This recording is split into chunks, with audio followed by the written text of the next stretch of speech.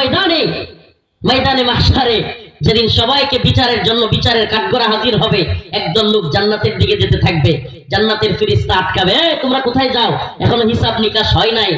ওই লোকগুলো আয়াত তিলাওয়াত করবে, ইন্নামা ইউওয়াফাস সাবিরুনা আজরাহুম বিগাইরি হিসাব। তুমি কি শোনো নাই, সবরকারীদেরকে আল্লাহ বলছেন বিনা হিসাবে দিবেন। আমরা সেই সবরকারী যারা গুনাহের কথা মনে হইলেও গুনাহ করি নাই, যারা আল্লাহর কোরআন সুন্নাহর কথা মেনে চলেছি, যারা বড় বড় মুসিবত আসছে, সন্তান মরে গিয়েছে, আল্লাহর উপরে সবর করে। আলামিন বলেছেন, ইয়া আইয়ুহাল্লাযীনা আমানু ইসতাঈনু বিস-সাবরি ওয়াস-সালাহ। তোমরা আল্লাহর কাছে চাও, দরগার কাছে নয়, দুর্গার কাছে নয়। পৃথিবীর কোন পীর কিংবা শায়েখ তোমাদেরকে কিছুই দিতে পারে না, একমাত্র দিতে পারেন কে? সে আল্লাহ রাব্বুল আলামিনের কাছে চাইতে হবে। আল্লাহ রাব্বুল আলামিন চাওয়ার তরিকাও বলে দিয়েছেন, নামাজ পড়তে হবে, আল্লাহর কাছে চাইতে হবে।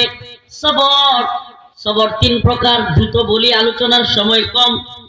সবর হলো তিন প্রকার, সবর আনিল মাসিয়াত, সবর আনিল মুসিবা, সবর আনিল তাআত। সবর তিন প্রকার। কয় প্রকার? সবরের মাধ্যমে চাইতে হবে, সবর করতে হবে।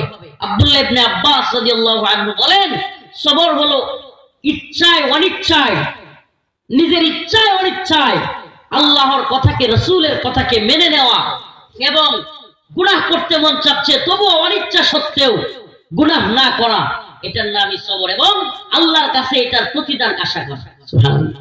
আল্লাহর কাছে, কার কাছে প্রতিদান? কার কাছে? এই দুনিয়ার কারো কাছে প্রতিদান চাইবেন না। কারোর জন্য কিছু করলে যদি প্রতিদান আশা করেন, দিন শেষে কষ্টই পাবেন। ভাইয়ের কাছ থেকে কষ্ট পাবেন, বোনের কাছ থেকে কষ্ট পাবেন, আত্মীয় পরিবার পরিজনের কাছ থেকে কষ্ট পাবেন, সন্তানের কাছ থেকে কষ্ট পেতে পারেন। অতএব কোনো কিছু করলে আশাহীন ভাবে করবেন, আল্লাহর জন্য করবেন। কার জন্য? আল্লাহর জন্য করবেন। মনে মনে এই দাবি করবেন যে আল্লাহ আমার সন্তানের দায়িত্ব দিছিলা, তুমি দায়িত্ব পালন করছি, এর কাছ থেকে আমার কোনো আশা নাই। আল্লাহ আমার ভাইয়ের দায়িত্ব ছিল, পালন করছি, বোনের দায়িত্ব ছিল, পালন করছি।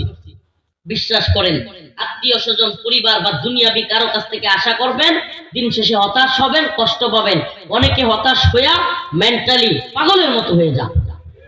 হতাশ হওয়ার কিছু নাই, ছোটবেলা থেকে করবেন।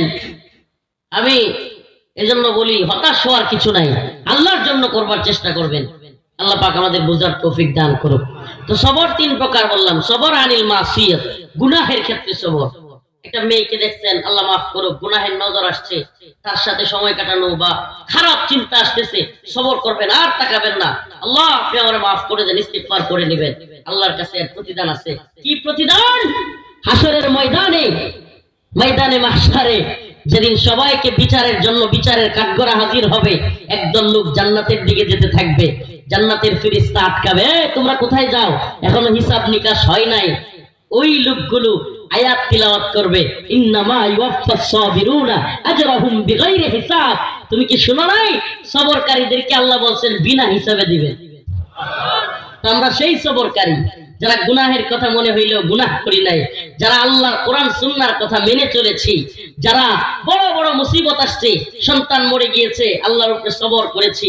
আল্লাহকে, কত মানুষ আছে না, জমি নষ্ট হয়ে গেছে গা, হায় রে আল্লাহ রে আল্লাহ, বৃষ্টি আনার সময় পাইল না, নাউজুবিল্লাহ। কয় কি কয় না?